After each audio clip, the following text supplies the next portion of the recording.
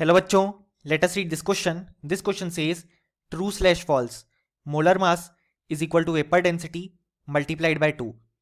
It is valid only for gaseous phase. So इस question में हमसे कहा गया है कि जो मोलर मास होता है वो वेपर डेंसिटी मल्टीप्लाइड बाय 2 होता है और ये केवल गैसियस फेज के लिए वैलिड है. सो इस क्वेश्चन को सॉल्व करने के लिए हमें जो की कॉन्सेप्ट रिक्वायर्ड है वो है कॉन्सेप्ट ऑफ वेपर डेंसिटी.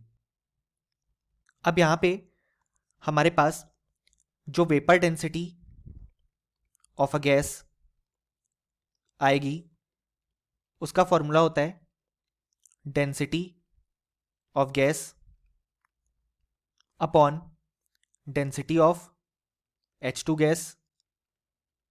और ये जो हम डेंसिटी फाइंड आउट करते हैं दोनों की वो same pressure and temperature condition पे होती है. अब यहाँ पे कंडीशन मेंशन नहीं है तो हम दोनों गैसेस को आइडियल गैस की तरह ट्रीट करेंगे. सो फॉर आइडियल गैस हम जानते हैं PV is equal to NRT होता है.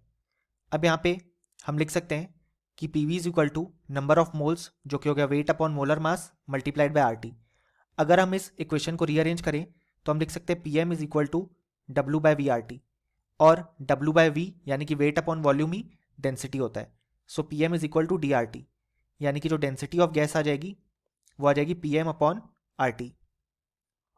अब अगर हम इस पार्ट को रिप्लेस करें सो गैस की डेंसिटी के लिए हम लिखेंगे P multiplied by mass of gas upon RT और नीचे आ जाएगा P multiplied by mass of H2 upon RT. यहाँ पे P और T सेम दिया गया है इसलिए वो दोनों कैंसिल आउट हो जाएंगे और R भी कैंसिल आउट हो जाएगा क्योंकि कांस्टेंट है.